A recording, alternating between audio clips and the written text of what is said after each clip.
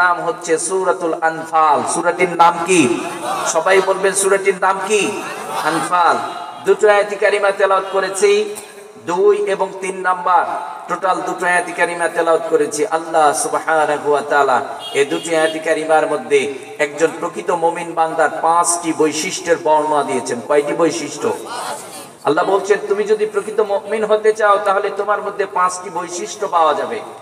এই 5টি বৈশিষ্ট্য কি কি আমরা সবাই জানবো তো? এই 5টি বৈশিষ্ট্য আল্লাহ উপরে বর্ণনা দিয়েছেন। দেওয়ার পরে আল্লাহ বলছেন উলাইকা হুমুল মুমিনুনা হাক্কা। এই বৈশিষ্ট্যগুলো যাদের মধ্যে আছে তারাই সত্যিকারের মুমিন। ওরা নির্ভেজাল মুমিন, ওদের মধ্যে কোনো খাদ নেই, তারা খাঁটি মুমিন। আমরা সবাই খাঁটি মুমিন হওয়ার জন্য এই 5টি বৈশিষ্ট্য এখন জানবো এবং আমল করবো ইনশাআল্লাহ। শুরু হয়ে গেল। মা আপনারাও ফলো করেন, এগুলো আপনাদেরকেও লাইফে এগুলোকে অ্যাক্টিভ করে নিতে হবে। আমি যেন এই কাজগুলো করে আল্লাহর কাছে প্রকৃত মুমিন হতে পারি। মুমিন নারী এবং পুরুষ যারাই এই বৈশিষ্ট্যগুলো মেনে নেবে তারাই হবে প্রকৃত মুমিন। কথা বলেন ঠিক কি না? তাহলে আমরা শুরু করলাম প্রকৃত মুমিন বান্দার পরিচয়।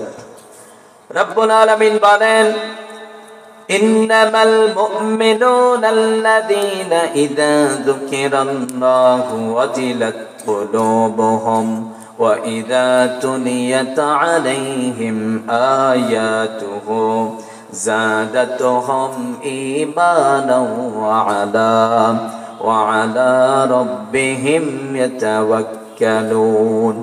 রব্বুল আলামিন বলছেন যারা প্রকৃত মুমিন হবে তাদের প্রথম নাম্বার বৈশিষ্ট্য থাকবে ইন্নামাল মুমিনুনা আল্লাযীনা ইযা যুকিরাল্লাহু ওয়াজিলাত কুলুবুহুম। যারা সত্যিকারের মুমিন হবে তাদের সামনে রব্বুল আলামিনের কথা আলোচনা করা হলে, রব্বুল আলামিনের কথা শোনা মাত্রই তাদের হৃদয়ের মধ্যে একজনের ভয়ের কম্পন থাকবে। তিনি কে?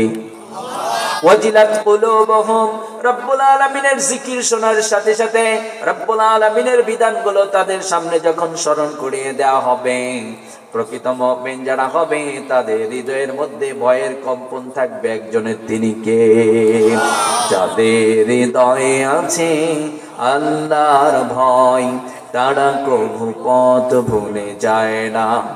আল্লাহর প্রেম ছাড়াই দুনিয়ায় কারো কাছে কোনো কিছু চায় না। যাদের হৃদয়ে আছে আল্লাহর ভয় তারা কভু পথ ভুলে যায় না। আল্লাহর প্রেম ছাড়াই দুনিয়ায় কারো কাছে কোনো কিছু চায় না। রাতের আধারে যারা সেজদাতে রয়, দু চোখের স্রোতে নদী যেন বয়। ছলনার হাতছানি যতই আসুক, ছলনার হাতছানি যতই আসুক, পিছনে ফিরেও সে তাকায় না। যাদের হৃদয়ে আছে আল্লাহর ভয় তারা কবু পথ ভুলে যায় না। সুবহানাল্লাহ। যারা আল্লাহকে ভয় করে তারা পথ ভুলে যায় না। কেন? বাতিল শক্তি এসে আপনাকে টেনে আল্লাহর পথ থেকে দূরে সরিয়ে নিতে চাবে, কিন্তু এই যে আল্লাহর ভয় আছে, গোলামটা তাকিয়ে আছে জান্নাতের দিকে। গোলাম তাকিয়ে আছে জান্নাতের দিকে, তার রোড হচ্ছে জান্নাতের। ইহদিনাস সিরাতাল মুস্তাকিম। কথা বলেন ঠিক কিনা? ইহদিনাস সিরাতাল মুস্তাকিমে চলছে, তার টার্গেট হচ্ছে জান্নাত। রবের ভয় আছে, রবের ভয় থাকবার কারণে চতুর্দিকে গুনাহ আর গুনাহ, একটা গুনাহও তাকে স্পর্শ করতে পারে না। কথা বলেন ঠিক কিনা? তাহলে আল্লাহকে যারা ভয় করে তারা কোনোদিনও পথ ভুলে যায়। এই জন্য রব্বুল আলামিন বললেন যারা প্রকৃত মুমিন হবে তাদের হৃদয়ের মধ্যে আমি রবের ভয় থাকবে। আমরা সব সময় রবকে ভয় করব, রাজি আছি না নাই? রবের ভয় যাদের মধ্যে থাকবে তাদের দ্বারা কোনো অপরাধ হবে না। কারণ এই দুনিয়ার বুকে আপনি অপরাধ করেছেন, আপনি মানুষকে খুন করেছেন, আপনি দেশের টাকা পাচার করেছেন, অন্যায়ভাবে অন্যের জমি দখল করেছেন, দুনিয়ার আদালত দেখেছে, অথবা ক্ষমতার বাহাদুরি দেখিয়ে টাকার বিনিময়ে বিচার বিক্রি হয়। এইরকম ঘটনাও আছে না নাই? রব্বুল আলামিন বলছেন ও গোলাম দুনিয়ার বুকে অপরাধ করেছো, দুনিয়ার আদালত বিচার করে নাই, এই যে অপরাধগুলো করেছো, দুনিয়ার মানুষ ছেড়ে দিতে পারে, কিন্তু আমি রব তোকে ছেড়ে দেব না। এই জন্য রব্বুল আলামিন আবার বলছেন, ওয়াত্তাকু ইয়াওমান তুরজাউনা ফীহি ইলাল্লাহ। রব্বুল আলামিন বলছেন, ও গোলাম তোমরা ওই দিনকে ভয় করো। কোন দিন? মুফাসসিরিনে কেরাম বলছেন ওই দিনটা হচ্ছে আখিরাতের দিবস। আখিরাতের দিবসের কথা স্মরণ করিয়ে দিলেন। প্রথমেই বললেন, ও গোলাম তোমরা আমাকে ভয় করো। আমার ভয় তোমাদের লাইফে যাদের থাকবে তাদের দ্বারা যাররা পরিমাণ কোনো গুনাহ হবে না। আবার রব্বুল আলামিন বলছেন, ও গোলাম দুনিয়ার বুকে অপরাধ করেছো, অন্যের জমি মেরে দিয়েছো, দেশের টাকা অন্য দেশে পাচার করেছো, দুনিয়ার আদালত বিচার করে নাই। রব্বুল আলামিন আবার স্মরণ করিয়ে দিচ্ছেন, ও গোলাম তোমরা ওই দিনকে ভয় করো যেদিন প্রতিটা অপরাধের বিচার আমি করে দেব। ঠিক না?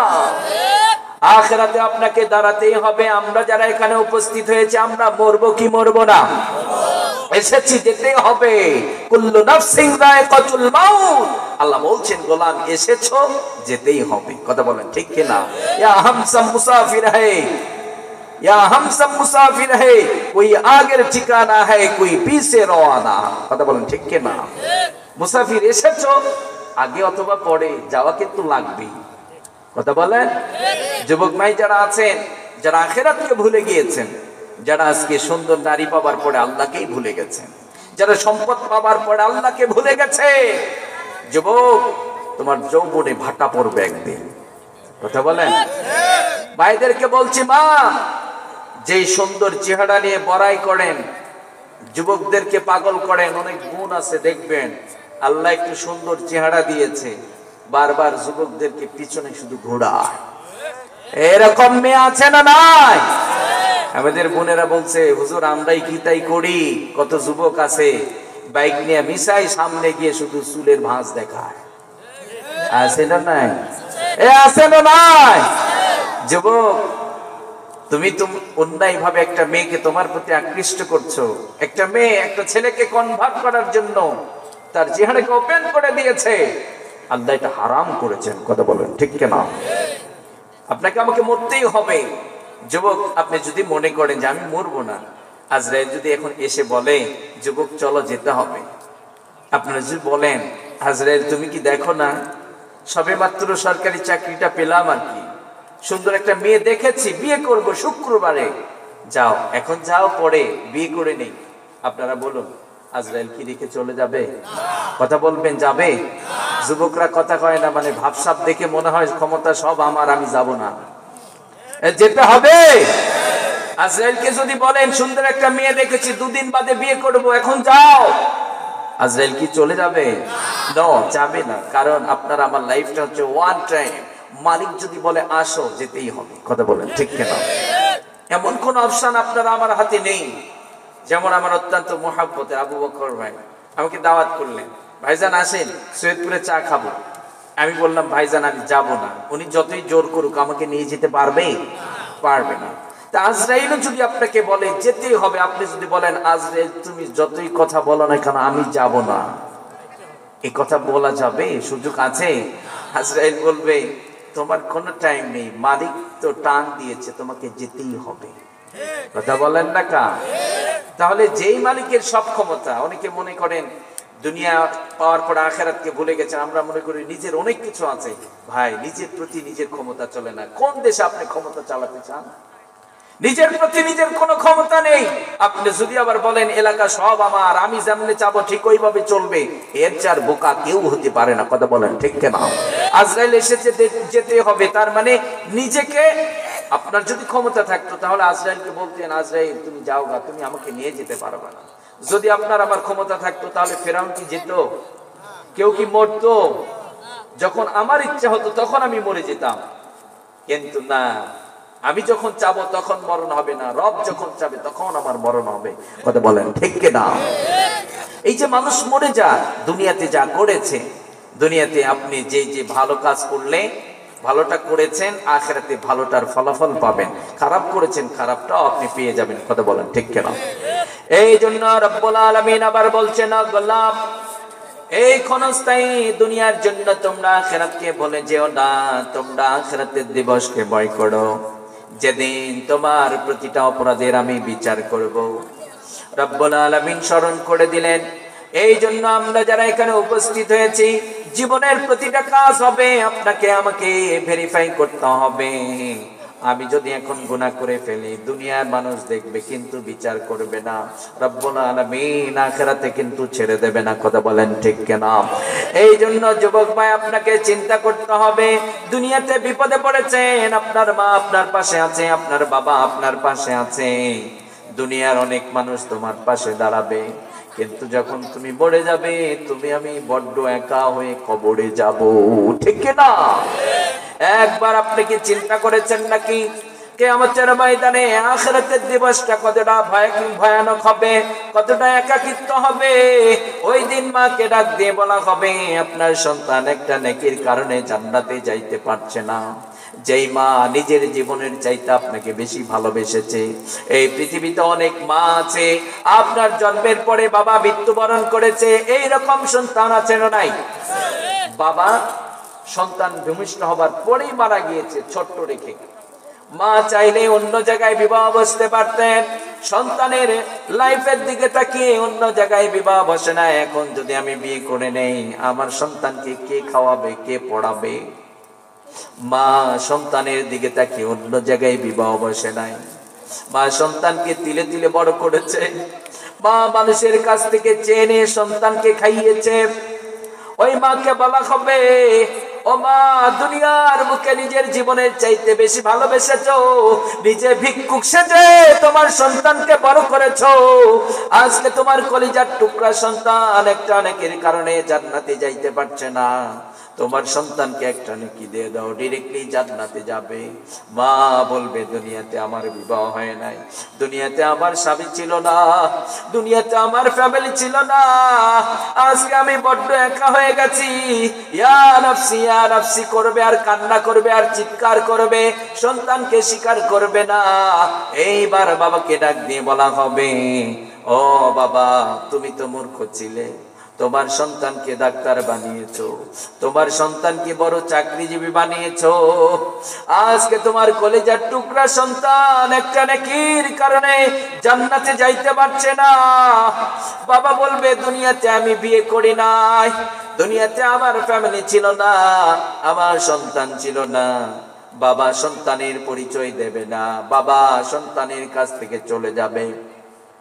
এইবার ভাইকে ডাক দিয়ে বলা হবে, ভাই পরিচয় দেবে না। বোনকে বলা হবে, বোন ভাইয়ের পরিচয় দেবে না। আপনারা বলুন তো, আপনজন সবাই আপনার কাছ থেকে দূরে সরে যাচ্ছে, কেউ আপনার পরিচয় দিচ্ছে না।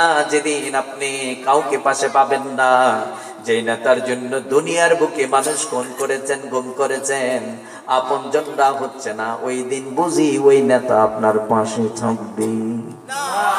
কেন থাকবে না? হ্যাঁ, কখনোই না। কখনোই না যদি থাকে, হুজুর কোন কি? বাস্তবতা হচ্ছে দুনিয়ায় কেউ কারো হয় না। কথা কন না কা? কথা কন না কা? এই তো কদিন আগে কত ক্ষমতা, এখন এতিম। কথা কয় না কা? কথা কয় না কা? তাহলে দুনিয়াতে হয় না, আখিরাতে অনেক পরের কথা। মা চিনতেছে না, বাবা চিনতেছে না। বাবা তো ওই ব্যক্তিকে বলা হয় যিনি মূর্খ সন্তানকে ডাক্তার বানায়। দুনিয়া থেকেও চাবে। অনেক ভাইও তো আছে, আপন ভাই নিজে শিক্ষিত হতে পারে নাই, বড় ছোট ভাইকে শিক্ষিত বানাতে চায় না। কিন্তু বাবা তো উনি যিনি নিজে মূর্খ সন্তানকে মূর্খ রাখে না, ডাক্তার বানায়। আচ্ছা, প্রতিটা বাবা কি পারে না সন্তানকে ভ্যান চালক বানাতে? আমি ভ্যান চালাই, আমার সন্তানও ভ্যান চালাবে। আমি কৃষিতে কাজ করি, আমার সন্তানও কৃষক হবে। কিন্তু বাবা চায়, আমি ভুল করেছি, আমি পড়াশোনা করি না, সন্তানকে মূর্খ রাখবো না, ওকে বড় ডাক্তার বানাবো, মাস্টার বানাবো। সেই বাবা কিয়ামতে আপনাকে চিনছে না। কথা বলেন ঠিক কিনা? এই জন্য রব্বুল আলামিন বললেন, গোলাম, আখিরাতের দিবসটা বড্ড ভয়ঙ্কর হবে। ওই দিবসের ভয় তোমাদের হৃদয়ের মধ্যে লালন করো। আপনি যখন অপরাধ করে ফেলেন তখন পুলিশের ভয় থাকে কি থাকে না? কখন জানি পুলিশ আমাকে ধাওয়া করে। আখিরাতের জবাবদিহিতার ভয় যাদের মধ্যে থাকবে, সব সময় গোলামগুলো চিন্তা করবে আমি প্রতিটা কাজ করছি, সব সময় তিনি চিন্তা করবেন এই কাজটি রব্বুল আলামিন বৈধ করে দিয়েছেন কিনা। রব্বুল আলামিন যদি বৈধ করে দেন, হালাল করে দেন, জায়েজ করে দেন, তাহলে করবেন। রব্বুল আলামিন আপনাকে পাকড়াও করবে না, এই চিন্তা সব সময় তিনি করবেন। কেন করবেন? কারণ আমি যদি ভুল করে, আমি যদি কোরআন এবং সুন্নাহর বাইরে কাজ করে ফেলি, দুনিয়ার মানুষ কেউ কিছু বলবে না, কিন্তু আমার রব আমাকে ছেড়ে দেবে না। কথা বলেন ঠিক কিনা? তাহলে প্রথম কাজ আমাদের কি হবে? আমরা আল্লাহকে ভয় করব সব সময়। আমাদের বোনেরাও রব্বুল আলামিনকে ভয় করবেন। যারা আজকে ব্যাপারটাই চলছেন, কষ্ট হচ্ছে আপনাদের? যদি কষ্ট হয় বলবেন, সাথে সাথে দোয়া হবে। বুঝতে পেরেছেন তো? যদি ওঠাউঠি করেন তাহলে কিন্তু কষ্ট পাবো। ওঠাউঠি করবেন না তো? কারা কারা উঠবেন? একজন উঠবেন না? উঠবেন না। যদি কষ্ট হয় সবাই বলবেন হুজুর ওয়াজ আর ভালো লাগতেছে না, দোয়া করে দেন, তাহলে একসাথেই চলে যাই, সমস্যা। কথা কত না কা আগে যান না, যাবেন নাকি? এমনি তো মাঠ ফাঁকা, মাঠ আরো ফাঁকা হইলে আরো সমস্যা। বুঝতে পেরেছেন তো? তাহলে আল্লাহর ভয় যাদের মধ্যে থাকে তারা সবসময় চিন্তা করে আমি যে মোবাইলটা আমাকে একজন দিচ্ছে এটা ভেরিফাই করবে, এটা আমার জন্য বৈধ কিনা। কথা বলেন? আচ্ছা, আপনাকে কেউ ঘুষের টাকা দিচ্ছে, সুদের টাকা দিচ্ছে, আপনি কি চাইলে খেতে পারবেন? যদি জান্নাত টার্গেট থাকে, আপনার পথ যদি সিরাতাল মুস্তাকিম হয়, তাহলে আপনি সবসময় চিন্তা করবেন আমি কিছু নেওয়ার আগে চিন্তা করব, কারণ এটা যদি হালাল হয়, হারাম অর্থ না হয়, তাহলে আমি নেব, কোনো সমস্যা নেই। আর যদি হারাম হয়, দুনিয়ার আদালত বিচার করবে না, কিন্তু আল্লাহ ছেড়ে দেবে না। কথা বলেন ঠিক না? এটা হচ্ছে আল্লাহর ভয়ের কম্পন। তার মানে প্রতিটা কাজ চিন্তা করে করবে। প্রতিটা কাজ কি করবে? আপনি চাইলে অন্যের জমি দখল করে নিতে পারেন, কিন্তু আপনি নেবেন না, চিন্তা করবেন। আগে চিন্তা করবেন যে এটা আমি নেব, এটা নিলে আল্লাহ আমাকে ধরবে না তো। এই চিন্তা যাদের মধ্যে থাকবে, তখন আল্লাহর ভয় তাদের মধ্যে কাজ করবে, তারা অন্যায় কাজগুলো আর করতে পারে না। কথা বলেন ঠিক না? কিন্তু আজকাল দেখা যায় অনেক ভাই আছে বোনের সম্পদ দেয় না। কথা কন না কা? অনেক বাবা আছে মেয়ের অর্থকে, মেয়ের সম্পদকে মেয়েকে দেয় না, মেয়ের অংশকে ফিরিয়ে দেয় না। এরকম বাবা আছে না নাই? এরকম ভাই আছে না নাই? আপনি যদি মনে করেন আমার সম্পদ আমি দিব কি না দেব সেটা আমার ব্যাপার, আপনারা বলুন এই সম্পদের সঠিক বন্টন বর্ণনা করে দিয়েছেন একজন, তিনি কে? কে বলে দিয়েছেন? ছেলে যা পাবে তার অর্ধেক কে পাবে? মেয়ে পাবে। বলে দিয়েছেন কে? আল্লাহর যখন ভয় থাকবে, আপনার দ্বারা কোনো পাপাচার হবে না। যুবকরা, আল্লাহর কসম করে বলছি, আজকাল যারা অবৈধ প্রেম প্রীতি নিয়ে পড়ে আছেন, নিজের লাইফটাকে শেষ করেছেন, পড়ালেখায় মন বসে না, চাকরির জন্য চিন্তা করছেন, মাথা টাক হয়ে গেছে, কিন্তু আপনার আর কিছু ভালো লাগে না, একটা মেয়ে আপনাকে খেয়ে ফেলেছে। যুবক, তুমি যখন আল্লাহকে ভয় করবা, তখন আর মেয়ের পিছনে ঘুরবা না, তুমি আল্লাহর পিছনে ঘুরবা। কথা বলেন ঠিক কিনা? যুবক ভাই, এই দুনিয়াতে হলো ধোঁকা। দুনিয়াতে অনেকে অনেক কিছু দিতে চাবে, দেওয়ার পরে কেড়ে নেয়, আবার দিতে চায় দেয় না। কথা বলেন না কা? কত মেয়ে আপনাকে প্রমিস দেবে, তোমার জন্য আমি পাগল, জান জীবন দেব, তোরে ছাড়বো না, প্রমিস দিলাম। আছে না নাই? আছে না নাই? দেখবেন যুবক আপনার চেয়ে একটু ভালো, একটু চেহারা ভালো, টাকা বেশি, আপনার 6 তালাক দেয়া কয় বাই বাই টাটা, তোমার চেয়ে আর একটা বেটার পেয়েছি, তার কাছে গেলাম। কথা কন না কা? অনেক ছেলেও আছে মেয়েদেরকে ছেঁকা দেয়, ছেঁকা খায় না, ছেঁকা, মেয়েদেরকে ছেঁকা দেয়, কিছুদিন পিছে ঘোরে, ইচ্ছা মতো ঘোরায়, তারপরে ভালো না লাগলে আরেকটারে ধরে। কথা কন ঠিক কিনা? বাংলাদেশে কেন যেন মেয়ে সস্তা হয়ে গেছে। কারণ আমি হাসার জন্য বলছি না, মন খারাপ করবেন না, যেই দেশে বিবাহ কঠিন ওই দেশে নারী সস্তা, জেনা সস্তা। কথা কন না কা? কারণ বাংলাদেশে বিয়ে হলে যৌতুক দিতে হয়, মোহর না দিলেও চলে। আপনারা বলুন, মোহর ফরজ না নফল? মোহর ছাড়া কি বিয়ে হয়? কিন্তু মোহর কি নগদ দেওয়া লাগে? মোহর ওই যে লিখে রাখছে গো। আবার মেয়ের গার্ডিয়ানরাও চিন্তা করে যদি কোনোদিন সারাসারি হয়, আছে না নাই? দেওয়া লাগবে এই চিন্তা নেই, কিন্তু ওই যে বিয়ের সময় বলেছে 6 মাস পরে যৌতুক দেবে, এখন মাঝে মধ্যে বউরে পিটায়। কয় কথা কয় না। এইরকম যুবক আছে না নাই? আছে না নাই? যারা বইয়ের টাকা চায়। তুমি বিয়ে করেছো কেন? কে বলেছে বিয়ে করতে? তুমি সিয়াম রাখবা, বিয়ে করার যোগ্যতা তোমার নয়। কথা কর না কা? পুরুষ ভ্যান চালাবে, আত্মমর্যাদার সাথে বাঁচবে, স্ত্রীকে খাওয়াবে, সন্তানকে খাওয়াবে, সে পরিশ্রমী হবে। সে পরিশ্রম করে তার দেশকে এগিয়ে নেবে, তার ফ্যামিলিকে এগিয়ে নেবে। কথা বলেন ঠিক কিনা? কিন্তু আজকে আমাদের যুবক ভাইয়েরা পড়ালেখা একটা পাইছে আর কি, পড়ালেখার ফাঁকে ফাঁকে যে একটু বাবাকে হেল্প করবে অথবা কৃষিটা শিখে নেবে, আমি একজন কৃষক হব, আমি একজন বিজনেসম্যান হব, এই চিন্তা তাদের মধ্যে নেই। কথা বলেন ঠিক কিনা? আজকে যদি আমরা কৃষিতে গুরুত্ব দিতাম, পেঁয়াজ লাগাবো, বেশি বেশি পেঁয়াজ লাগাবো, যাতে করে আমাদের পেঁয়াজ দিয়ে আমাদের যা প্রয়োজন দেশের পেঁয়াজের চাহিদা মিটে যেত, দাদা বাবুদের দিকে আমাদের আর তাকাতে হতো না। কথা বলেন ঠিক কিনা? এক পেঁয়াজের জন্য দাদা বাবুরা মাঝে মধ্যে আমাদের কান ধরে উঠা বসা করায়। কন্যাকা কথা, কন্যাকা কথা। এই জন্য আগামীর বাংলাদেশে যদি কোরআন রাষ্ট্র পরিচালনা করে এমন একজন রাষ্ট্রপ্রধান হন যিনি সাইয়্যিদিনা হযরত ওমর রাদিয়াল্লাহু তাআলা আনহুর মতো রাষ্ট্রপ্রধান হবেন, পরিচালনা করবেন, দেখবেন এই দেশে আর কোনো কিছু ঘাটতি থাকবে না। কথা বলেন ঠিক কিনা? অনেকে বলেছিল আফগানিস্তান খেতে পারবে না, তারা অর্থনীতিতে তলানিতে যাবে। আপনারা বলুন, তাদের অর্থনীতি থেমে আছে? ওরা এখন বর্তমান চাঙ্গা অবস্থায় আছে। কথা কন ঠিক কিনা? তাহলে আল্লাহর যদি কেউ হয়ে যায়, তার লাইফে কোনো অপূর্ণতা থাকতে পারে না। তবে হ্যাঁ, মাঝে মধ্যে একটু কষ্ট হবে, কারণ ইমানদার যে আমরা, যার যে যত বেশি পরীক্ষা হবে সে আল্লাহর তত খাঁটি প্রেমিক হবে। কথা বলেন ঠিক কিনা? ইব্রাহিম আলাইহিস সালাতু ওয়াস সালামকে সন্তান দিয়েছিলেন একদম শেষ বয়সে। পরীক্ষাটা কি কম? পরীক্ষাটা কি নরম না শক্ত? কঠিন পরীক্ষা। আল্লাহ বললেন প্রিয়টাকে দাও। প্রিয় যে আমার হবে, তো প্রিয়টাকে দেওয়া লাগবে না? প্রিয়টা দিয়ে আমার জন্য প্রিয় হয়ে যাও। আল্লাহ কি চেয়েছেন? প্রিয়টা চেয়েছেন। প্রিয়টা দিলে আমার জন্য প্রিয় হতে পারবা। এটা কিন্তু কঠিন একটা পরীক্ষা ছিল। এই জন্য মুমিন জীবনে অনেক পরীক্ষা আসবে, এগুলো পাড়ি দিয়ে আমরা জান্নাতে আমাদের স্থান করে নেব। রাজি আছি না নাই? রাজি আছি না নাই? কারণ আল্লাহর ভয় যাদের মধ্যে থাকে, গুনাহ তাদেরকে স্পর্শ করতে পারে না। যেমন সাইয়্যিদিনা হযরত ওমর রাদিয়াল্লাহু তাআলা আনহু রাতের অন্ধকারে ঘুরছেন। মা আপনাদেরকেও বলছি এই কথাটা কানে রাখবেন, আপনাদেরকেও বলছি আপনারাও মনোযোগ দিয়ে শুনবেন। আমার মাইকের আওয়াজ যতক্ষণ পর্যন্ত যায় সবাই এই কথাটা কানের মধ্যে রাখবেন। যারা রবকে ভয় করে তাদের জীবনে কোনো গুনাহ থাকতে পারে না। সাইয়্যিদিনা হযরত ওমর রাদিয়াল্লাহু তাআলা আনহু একদিন রাতের অন্ধকারে ঘুরছেন। একটা বাড়ি থেকে আওয়াজ শুনতে পেলেন। মা তার কন্যা সন্তানকে ডাক দিয়ে বলছে, তুমি একটা কাজ করো, আজকে তো দুধের পরিমাণ কম হয়ে গেছে, দুধের মধ্যে পানি মিশিয়ে দাও। কন্যা সন্তানটি তার মাকে ডাক দিয়ে বলছে, না মা, খাদ্যদ্রব্যের মধ্যে ভেজাল ঢুকানো যাবে না।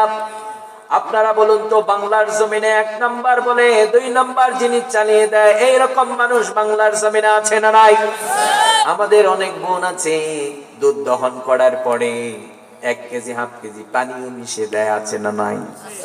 এইরকম দুধ ব্যবসায়িক আছে, দুধের মধ্যে পানি মিশিয়ে দেয়। আপনারা যে যেখানেই থাকবেন মানুষকে ঠকাবেন না, মানুষকে ধোঁকা দেবেন না। কিন্তু আজকে বাস্তবতা হচ্ছে আমরা একজন আরেকজনকে বিশ্বাস করতে চাই, কারণ আমরা বিশ্বাসের জায়গাটা ঠিক রাখি নাই। কথা বলেন ঠিক কিনা? আমরা একজন আরেকজনকে এমন পরিমাণ ধোঁকা দিয়েছি, ধোঁকা খেতে খেতে বিশ্বাস উঠে গেছে। আজকে আমরা আর কাউরে আমরা বিশ্বাস করতে চাই না। কথা বলেন ঠিক কিনা? 1 নম্বর বলে 2 নম্বর জিনিস দেবে না, মানুষকে ধোঁকা দেবে না, মানুষকে ঠকাবে না, ওজনে কম দেবে না। মা যখন কন্যা সন্তানকে বলেছে দুধের মধ্যে পানি মিশিয়ে দাও, কন্যা সন্তানটি বলছে না আমি পারবো না। আবার মা কন্যা সন্তানকে বলছে, চতুর্দিকে নীরব, সবাই ঘুমিয়ে পড়েছে, পুলিশ দেখবে না, র্যাব দেখবে না, রাষ্ট্রপ্রধান দেখবে না, কেউ দেখতে পারবে না, তুমি দুধের মধ্যে পানি মিশিয়ে দাও, দুনিয়ার কেউ দেখতে পারবে না। কন্যা সন্তানটি চমৎকার করে একটা কথা বলছেন, মা দুনিয়ার কেউ দেখবে না, রাষ্ট্রপ্রধান দেখতে পারবে না, তুমি আমি হৃদয়ের মধ্যে যা পরিকল্পনা করি সেটাও তো রব্বুল আলামিন জানেন। এই গভীর রজনীতে দুধের মধ্যে যখন পানি মিশিয়ে দেব, দুনিয়ার কেউ দেখবে না, সবার চোখকে তুমি ফাঁকি দিতে পারবা। ও মা, রব্বুল আলামিনের চোখকে তুমি কেমনে ফাঁকি দেবা? কতক্ষণ ফাঁকি দেওয়া যাবে? এই জন্য প্রিয় ভাইয়ারা আমার, কন্যা সন্তানদের হৃদয়ের মধ্যে রবের ভয় ছিল, এই জন্য তিনি খাদ্যদ্রব্যের মধ্যে ভেজাল দেন নাই। ঠিক ওই রকম ভয় যদি আপনার আমার হৃদয়ের মধ্যে থাকে, টোটাল পৃথিবীতে গুনাহ স্পর্শ করতে পারবে না, ঠিক কি না? তাহলে এক নাম্বার রব্বুল আলামিন বললেন যারা প্রকৃত মুমিন হবে, ইন্নামাল মুমিনুনা আল্লাযীনা ইযা যুকিরাল্লাহু ওয়াজিলাত কুলুবুহুম। রব্বুল আলামিন বলছেন যারা প্রকৃত মুমিন হবে তাদের প্রথম বৈশিষ্ট্য থাকবে তারা দুনিয়ার কাউরে ভয় করে না, তারা কেবলমাত্র ভয় করে আমি রবকে। এক নাম্বার আমরা রবকে ভয় করব, রাজি আছি তো?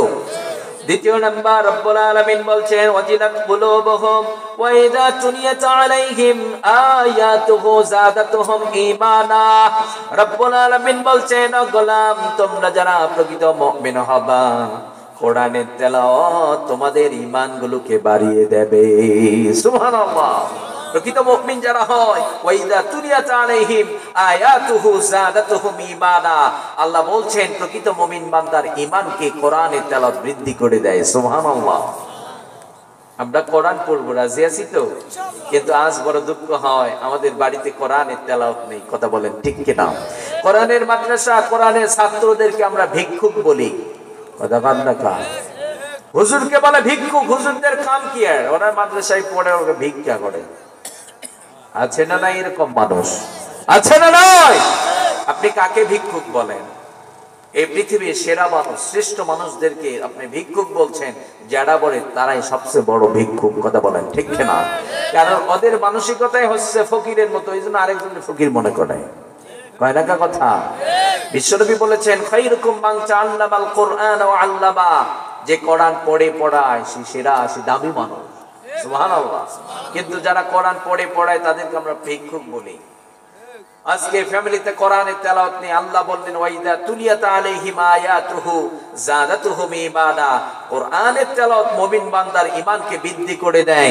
তাহলে আজ থেকে আমরা নিয়মিত কোরআন পড়ব, রাজি আছি তো? কিন্তু আজকে বড় দুঃখ হয়, সন্তান বাবার কাছ থেকে কোরআন পায় না। কথা বলেন। অনেক পিতা আমাদের কাছে অভিযোগ করে, হুজুর আমার সন্তান আমার কথা শোনে না। মাঝে মধ্যে লাঠি নিয়ে সন্তান পিতাকে দৌড়ানি দেয়। এইরকম ঘটনা বাংলার জমিনে আছে না নাই? সন্তান মাঝে মধ্যে বাবাকে মারতে চায়, এইরকম ঘটনা আছে না নাই? আপনার সন্তান যদি আপনাকে মারতে চায়, আপনাকে বুঝতে হবে অপরাধটা হলো আপনার, কারণ আপনি ব্যর্থ পিতা। কথা কন, আপনি পিতা হিসেবে ব্যর্থ, কারণ আপনার সন্তানকে আপনি কোরআন দিতে পারেন নাই। আপনার সন্তান আমার সন্তান আজকে কোরআন পাচ্ছে না। আপনি যখন প্রতিদিন নিয়মিত কোরআন পড়বেন, আপনার সন্তান আপনার কাছ থেকে কোরআন পড়বে। কোরআন আপনার সন্তানকে শিখিয়ে দেবে মায়ের সাথে বেয়াদবি করা যাবে না, বাবার সাথে বেয়াদবি করা যাবে না। কথা বলেন, আওয়াজ দিয়ে বলবেন ঠিক কিনা? আজকে যদি আমাদের সন্তানরা কোরআন পেত, তারা ভালো হয়ে যেত, তারা সৎ মানুষ হয়ে যেত, তারা আল্লাহর প্রিয় হতো। আল্লাহর ভয় থাকবার কারণে সন্তান আপনার সাথে খারাপ আচরণ করতো না। কথা বলেন ঠিক কিনা? কিন্তু আজকে মাঝে মধ্যে আমাদের যুবক ভাইয়েরা গান গায়, আমার বাবার মুখে প্রথম যেদিন শুনেছিলাম গান, সেদিন থেকে গানই জীবন, গানই আমার প্রাণ। আছে না নাই? কারণ সন্তান বাবার কাছ থেকে গান শেখে, এই জন্য গান বলে, আবার বলে জীবন যাবে গান ছাড়বো না। এইরকম সন্তান আছে না নাই? বাবার কাছ থেকে যখন সন্তান কোরআন শিখতো, এই গান বলতো না, তখন সন্তান গান বলতো, আমার বাবার মুখে প্রথম যেদিন শুনেছি কোরআন, সেদিন থেকে কোরআনই জীবন, কোরআনই আমার প্রাণ। সুবহানাল্লাহ। কারণ মুমিনদের জীবন হবে কোরআন। কথা বলেন ঠিক কিনা? কোরআন আছে পৃথিবী আলোকিত, কোরআন নেই পৃথিবী অন্ধকার। কথা কন। এই জন্য আমাদের সন্তানরা যেন আমাদের কাছ থেকে কোরআন পায়, আমরা রাজি আছি না নাই? সামনে রমাদান মাস আসবার আগে আগামীর বাংলাদেশ যুবক ভাইদেরকে বলছি, আমরা কোরআন শিখবো, রাজি আছি তো? আপনার একটা শব্দ সিদ্ধান্তই পারে আপনার ফ্যামিলিটাকে জান্নাতি ফ্যামিলি বানাতে। কথা বলেন ঠিক কিনা? যুবক ভাই যারা আছেন, আগামীকাল থেকে আপনাদের প্রথম কাজ হবে বাড়িতে ইসলামিক একটা লাইব্রেরি বানাবো, রাজি আছি তো?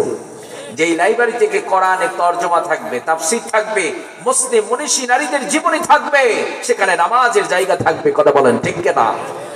যেখানে স্বামী স্ত্রী মাঝে মধ্যে একটু অবসর হইলেই বসবে দুইজনে, সেখানে কোরআন পড়বে, স্বামী পড়বে স্ত্রী শুনবে, স্ত্রী পড়বে স্বামী শুনবে। আল্লাহর কসম করে বলছি, জান্নাতে সুখ অনুভব করে যেতে পারবেন আপনি। যারা কোরআন পড়ে, কোরআন শোনে, কোরআন দিয়ে জীবন গড়ে, আল্লাহর কসম করে বলছি ওই ফ্যামিলির মানুষগুলো নম্র এবং ভদ্র। কথা বলেন ঠিক কিনা? কিন্তু আজ বাস্তবতা হলো, সন্তান জন্মের পরে বাবার কাছ থেকে কোনোদিনও কোরআন শুনে নাই, এইরকম ব্যর্থ পিতা বাংলার জমিনে কম না বেশি? হুজুর কন কিডা? ঘর ঘর। কথা কয় না? এইরকম বাবা বাংলার জমিনে ঘর ঘর। সন্তান কোরআন পাচ্ছে না। আপনারা কষ্ট পাচ্ছেন না তো? কষ্ট পাচ্ছেন না তো? এটা খুবই দুঃখজনক না বাবজান? যে আমি মুসলমান, আমি কোরআন পারবো না, এটা কি হয়? এটা কি হয়? বাবা সন্তানকে চিনবে না, এটা কি হয়? আল্লাহর গোলাম কোরআন পারবে না, এটা কি হয়? কোরআন না পড়ে, কোরআন না জেনে, কোরআন ছেড়ে দিয়ে আল্লাহর গোলাম কি কখনো হওয়া যায়? তাহলে আমরা রমাদানের আগে প্রথম কাজ, যত মুমিন বান্দার ঈমানকে কোরআন বৃদ্ধি করে দেয়, আমরা কোরআন পড়বো, কোরআন বুঝবো। যারা কোরআন পারি না, কোরআন শিখবো। রাজি আছি তো? সবাই রাজি আছি তো? তাহলে কোরআন শুনলেই যদি ঈমান বৃদ্ধি হয়, কোরআনের প্রতিষ্ঠানগুলোর গুরুত্ব কম না বেশি? কোরআন তেলাওয়াত আপনি শুনবেন, তাহলে কোরআন তেলাওয়াত করার জন্য হাফেজে কোরআন, আলেম উৎপাদনের জন্য তো কারখানাও প্রয়োজন। কথা বল না? বরফ ফ্যাক্টরি থেকে বরফ বের হয়, আপনি খেতে পারেন। আপনি একজন ভালো ইমাম লাগবে, একজন হাফেজ সাহেব লাগবে, সামনে রমাদান মাস, তারাই পড়বেন না? ও শুধু খালি চিন্তা করেছেন মেডিকেল কলেজ লাগবে, ওখান থেকে চিকিৎসক বের হবে, আর চিকিৎসার নাম দিয়ে ডাকাতি করবে, ওইটা দরকার খালি? হ্যাঁ, ইমাম সাহেব সুন্দর কোরআন পড়বে, আপনার আখেরাতকে ঠিক করে দেবে। ইমাম সাহেব উৎপাদনের জন্য মাদ্রাসার দরকার আছে না নাই? আগামীর বাংলাদেশে আমাদের যারা রাষ্ট্র ক্ষমতায় আসবেন, আমরা তাদের কাছে আশা রাখবো, আগামীর বাংলাদেশে কোনো মাদ্রাসা মসজিদ মাহফিল করে আর কালেকশন করবে না। কথা বল না? কারণ মেডিকেল কলেজ মুসলমানদের প্রয়োজন, এই জন্য মেডিকেল কলেজ তারা করেছে। তবে কলেজ ভার্সিটির আগে মুসলমানদের ঈমান ঠিক করবার জন্য, আখিরাতকে নিরাপদ বানাবার জন্য, ফতোয়া দেওয়ার জন্য মুফতি সাহেবের দরকার, নামাজ ঠিক করবার জন্য ইমাম দরকার। কথা বলেন ঠিক কিনা? তাহলে কলেজ ভার্সিটির আগে আমার মাদ্রাসা দরকার। কথা বলেন ঠিক কিনা? এখন বলতে পারেন, হুজুর মাদ্রাসা ছাড়া কি মুফতি সাহেব হয় না? মাদ্রাসা ছাড়া কি কোরআন পড়নেওয়ালা পাওয়া যায় না? যদি পাওয়া যায় কোনো সমস্যা নেই, আমরাও সেটাই চাই। কলেজ ভার্সিটি থেকে যেন আমাদের ভাইয়েরা যেন কোরআন পায়, তারা বিশ্বনবীর সুন্নাহ পায়। কথা বলেন ঠিক কিনা? কিন্তু আজ বড় দুঃখ হচ্ছে, বিগত সময়গুলোতে আমরা দেখেছি জাতীয় শিক্ষা ব্যবস্থা থেকে এই পরিকল্পনা নেওয়া হয়েছিল, মুসলমানদের সন্তানগুলোকে মূর্তি পূজক বানিয়ে তাদেরকে মুশরিক বানানোর গভীর চক্রান্ত করা হয়েছিল। কথা বলেন ঠিক কিনা? কিন্তু বাংলাদেশ 90% মুসলমানের দেশ, এটা ভবিষ্যতেও বাস্তবায়ন হবে না। বিগত সময়গুলোতে বাস্তবায়ন হয়নি, আগামীর বাংলাদেশেও বাস্তবায়ন করা সম্ভব হবে না। কথা বলেন ঠিক কিনা? আমরা ইমানের পাহারাদারি করব। রাজি আছি তো? রাজি আছি তো? তাহলে যেখানে কোরআনের মুফাসসির তৈরি হয়, যেই মাদ্রাসা থেকে কোরআনের হাফেজ তৈরি হয়, আমরা এই মাদ্রাসাগুলোর সাথে কারা কারা আছি? সবাই আছেন? কোরআন পড়লে ঈমান বৃদ্ধি করে দেন। তাহলে কোরআনকে যদি জীবনের সংবিধান বানান, জীবন চালান, তাহলে মরণের পরে কেউ কবরে যাবে না, কিন্তু কবর আপনার মাথার সামনে দাঁড়িয়ে যাবে। কথা বলেন ঠিক কিনা? কোরআন আপনাকে শাফাআত করে কোরআন হয় আপনার পক্ষের দলিল হবে অথবা বিপক্ষের হবে। আমরা যারা কোরআনের পক্ষে থাকবো, আল্লাহর কসম করে বলছি, কোরআন আপনার পক্ষের দলিল হয়ে যাবে, আল্লাহর কাছে সুপারিশ করবে, আপনি জান্নাতি হতে পারবেন। কথা বলেন ঠিক কিনা? তাহলে আমরা কোরআনের প্রতিষ্ঠানকে আগলিয়ে রাখবো। সবাই রাজি আছি তো? আমরা যারা কোরআনের প্রতিষ্ঠানকে আগলিয়ে রাখতে চাই, আমরা সবাই তিনটা কাজ করব। কয়টা কাজ? কয়টা কাজ? হাফেজে কোরআন, মুফতি সাহেব, মাওলানা সাহেব উৎপাদনের জন্য, কোরআনের গভীর জ্ঞান যারা অর্জন করে তাদেরকে সমাজে আরো বেশি উৎপাদনের জন্য আমরা মাদ্রাসা গুলোর সাথে মোহাব্বত করব, সাথে থাকব। আর আমরা সবাই মাদ্রাসার আবাদকারী হব। কি হব? মাদ্রাসার আবাদকারী যারা হবে তারা কোরআনের শাফাত পাবে, কারণ মাদ্রাসাতে কোরআন পড়ানো হয়। এই ছোট্ট বাচ্চা মাদ্রাসার ভাই, আপনাকে দাঁড় করিয়ে দিয়ে আমি বলবো, বলেন নামাজের বাইরে এবং ভিতরে কত ফরজ আছে? নামাজের বাইরে এবং ভিতরে কতগুলো ওয়াজিব আছে? অনেক ভাই বলতে পারবে না, কলেজ ভার্সিটিতে পড়ে বলতে পারবে না, আবার অনেকে বলতে পারবে, সবাই না। কিন্তু আমার মাদ্রাসার ছোট্ট বাবুকে দাঁড় করান, চ্যালেঞ্জ করছি, ও বলবে। সুবহানাল্লাহ কয় না? সুবহানাল্লাহ কয় না? আল্লাহর অর্ডার কি? আপনারা বলুন, শিক্ষা কি কোনো মানুষের আবিষ্কৃত কোনো বিষয় না? মানুষ সৃষ্টি করেছেন আল্লাহ, আল্লাহই বলে দিয়েছেন ইকরা বিসমি রাব্বিকাল্লাযী খলাক। পড়তে হবে তোমাকে, তোমাকে জানতে হলে পড়তে হবে, বাঁচতে হলে পড়তে হবে, সফল হতে চাইলে পড়তে হবে। কথা বলেন ঠিক কি না? কিন্তু সেই পড়া কোন পড়া? আল্লাহর নামের পড়া পড়তে হবে। আগেও ছিল পড়া, কিন্তু যেই পড়া জানার পরে আল্লাহকেই ভুলে গেছে, তারা মূর্তি পূজক হয়ে গেছে, ওই পড়া দিয়ে সফল হওয়া যাবে? আল্লাহর নামের পড়া পড়তে হবে। তাহলে আল্লাহর নামের পড়া আমাদের সন্তানগুলোকে আমরা দেব। রাজি আছি তো? আমরা মাদ্রাসার আবাদকারী হব। যারা মাদ্রাসার আবাদকারী হবে তারা তিনটা কাজ করবে। কয়টা কাজ? এক নাম্বার, আমরা সবাই মাদ্রাসা নির্মাণ করব। কি করব? যেই এলাকাতে মাদ্রাসা নাই, মাদ্রাসা নির্মাণ করব। মাদ্রাসা নির্মাণ হয়ে গেছে, দ্বিতীয় নাম্বার কাজ করতে হবে, মাদ্রাসায় আমরা ছাত্র দেব। কি করব? মাদ্রাসায় ছাত্র দেব।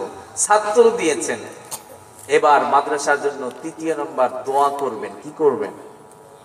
আল্লাহর কাছে দোয়া করবেন, আল্লাহ আপনি মাদ্রাসাটাকে কবুল করেন, মাদ্রাসাটাকে কবুল করে নেন। কেন? কারণ আপনি ঘর নির্মাণ করেছেন, ছাত্র দিয়েছেন, কিন্তু প্রতি মাসে তো একটা খরচ আছে। কি আছে?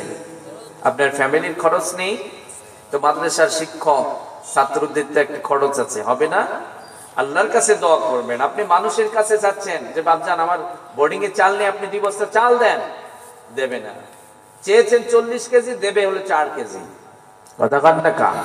কিন্তু মাদ্রাসার জন্য দোয়া করছেন আপনি, আল্লাহ মাদ্রাসাকে কবুল করেন।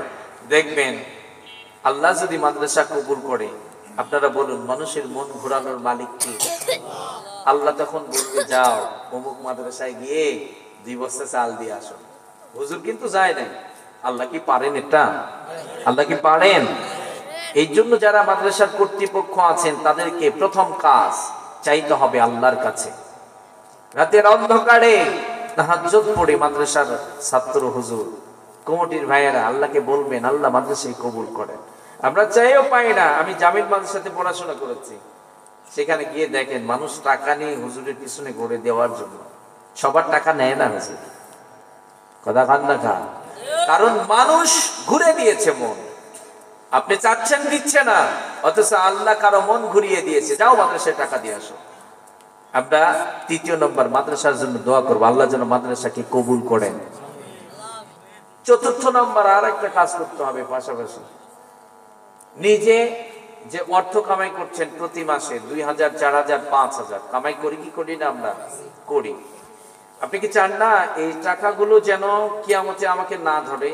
এই টাকার জন্য যেন আমাকে আযাবের মধ্যে গ্রেফতার না হতে হয়।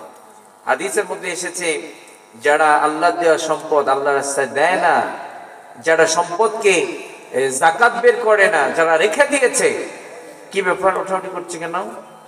হ্যাঁ, যারা যাকাত দেয় না, এটাকে বিশাল বড় একটা সাপ বানানো হবে, আপনার গলার মধ্যে লটকিয়ে দেওয়া হবে, আপনাকে দংশন করতে থাকবে। আপনারা বলুন, দুনিয়ার বুকে ছোট্ট একটা বিষাক্ত সাপ দেখলে দৌড় দিতেন আপনি? আখিরাতে আপনার সম্পদকে বিশাল বড় একটা সাপ বানিয়ে দেওয়া হবে, আপনাকে লানাত করবে আর আপনাকে দংশন করতে থাকবে। আমরা কি চাই ওটা? আমরা কি চাই ওটা? তাহলে সম্পদ যে কামাই করছেন, as-সাদকা তারাদ্দুল বালা, বিশ্বনবী বলছেন যারা দান সাদকা করে, দান সাদকার দ্বারা আল্লাহ তাআলা তাদেরকে সকল প্রকার বালা মুসিবত থেকে হেফাজত করেন। তাহলে আল্লাহ দেওয়া সম্পদ আল্লাহর রাস্তায় দিতে তো কোনো সমস্যা নেই। তাহলে প্রতি মাসে আপনি 10,000 20,000 টাকা কামাই করছেন, সেখান থেকে হুজুরকে বলবেন, হুজুর আপনি মানুষের কাছে হাত পাতবেন না। ছাত্রকে বলবেন, ছাত্র ভাইয়েরা যেন মানুষের কাছে টাকা না চায়, হুজুরকে বলবে এই অত্র এলাকার সবাই, হুজুর আমি ধান কেটেছি 5 মণ ধান আমি দিয়ে আসবো মাদ্রাসায়। হুজুরকে বলবেন, হুজুর আমি 5,000 টাকা প্রতি মাসে পাই, সেখান থেকে 500 টাকা প্রতি মাসে আমি দেব, মাদ্রাসা আমার। কথা কন না কা? সবাই যদি বলে মাদ্রাসা আমার, ভ্যান চালকও যদি বলে, সরকারি চাকরিজীবীও বলে, কৃষক যদি বলে, আমার বিশ্বাস আর ছাত্র হুজুরদেরকে মানুষের কাছে যেতে হবে না। প্রতি মাসে আর মাহফিল, প্রতি বছর আর মাহফিলও করা